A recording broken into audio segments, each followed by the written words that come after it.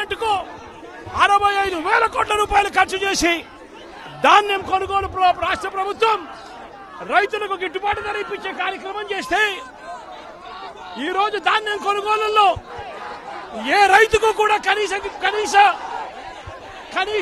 ధర రాలేదు. ప్రతి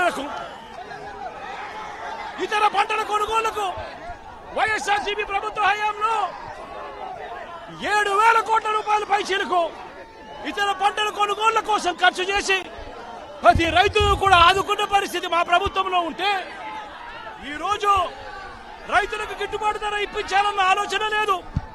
ఆర్బీకేల ద్వారా కొనుగోలు చేయాలి అన్న ఆలోచన లేదు.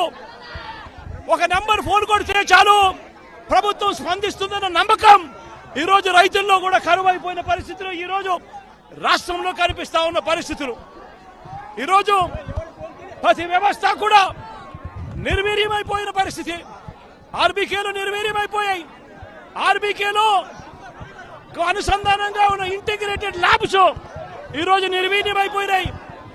గతంలో ఎవరైనా కల్తీ విత్తనాలు అమ్మాలనుకుంటే ప్రభుత్వం ఉంది అని చెప్పి భయపడే పరిస్థితి నుంచి ఈ రోజు యథేచ్ఛగా ప్రభుత్వం దగ్గరుండి ఆర్బీకేల ద్వారా ఎరువులు సప్లై, విత్తనాల సప్లై ఆపేసిన కార్యక్రమం జరుగుతూ ఉంది. ఎరువుల సప్లై, విత్తనాల సప్లై, పెస్టిసైడ్ సప్లై ఆర్బీకేల ద్వారా పూర్తిగా శిథిల పరిస్థితులలో ఈ రోజు ఎరువులు కొనాలంటే రైతులు ప్రైవేట్ బ్రోకర్ల దగ్గర కొనాల్సి వస్తా ఉంది. ప్రైవేట్ డీలర్ల దగ్గర కొంటే వాళ్ళు కనీసము 100 రూపాయల నుంచి 400 రూపాయలు బ్లాక్ లో అమ్ముతా ఉన్న పరిస్థితి. ఎరువులకు సంబంధించి ఈ రోజు క్వాలిటీ కంట్రోల్ చేసే విషయంలో ప్రభుత్వం పూర్తిగా ఫెయిల్ అయిపోయిన పరిస్థితులు కనిపిస్తా ఉంది. నాణ్యమైనవి మాత్రమే అమ్మే పరిస్థితి గతంలో ఆర్బీకేల ద్వారా చేస్తే రాష్ట్ర ప్రభుత్వం ఈ రోజు నాణ్యమైనటివి ఏవి కూడా రైతులకు సప్లై కాకుండా ఉండే పరిస్థితి ఈ రోజు రాష్ట్రంలో నెలకొని ఉంది. ఇప్పటికైనా రాష్ట్ర ప్రభుత్వం కళ్ళు తెరిచి రైతులకు పెట్టుబడి సహాయం కింద వాళ్ళు ఇస్తామని చెప్పిన పిఎం కిసాన్ కాక 20,000 రూపాయలు ఏదైతే ఇస్తామని చెప్పారో అది కూడా రైతులను మోసం చేసిన పరిస్థితిలో ఈ రోజు రాష్ట్ర ప్రభుత్వం కనిపిస్తా ఉంది. రైతులకు ఈ రోజు 0 వడ్డీ రాని పరిస్థితి ఈ రోజు రైతాంగం మీద కనిపిస్తా ఉంది.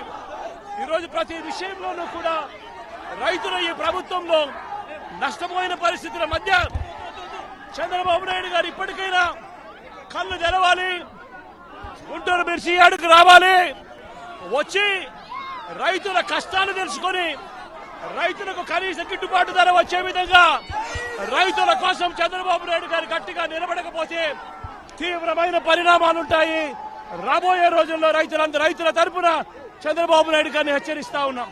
ఈ రోజు ఇక్కడ కూడా పరిస్థితి ఏమిటి అంటే ఒక ప్రతిపక్ష నాయకుడు ఇక్కడికి వస్తున్నాడు అనంటే రైతులతో మాట్లాడే ప్రయత్నం చేస్తున్నాడు అనంటే కనీసం పోలీసుల భద్రత కూడా చంద్రబాబు నాయుడు గారు ఇవ్వని పరిస్థితి. నేను ఇదే చంద్రబాబు నాయుడు గారికి చెప్తా ఉన్నా, ఎల్లకాలం ఈ ప్రభుత్వం ఉండదు. రేపొద్దున ప్రతిపక్షంలో మీరు కూర్చున్నప్పుడు ఇదే మాదిరిగా పోలీసు భద్రత మేము తీసేస్తే ఎలా ఉంటుందో ఒక్కసారి ఆలోచన చేసుకో చంద్రబాబు. నువ్వు చేస్తా ఉన్నది కరెక్టా కాదా అన్నది కూడా ఒకసారి ఆలోచన చేసుకోమని చంద్రబాబు నాయుడు గారికి ఈ సందర్భంగా గట్టిగా చెప్తా ఉన్నాం, విజ్ఞప్తి చేస్తూ.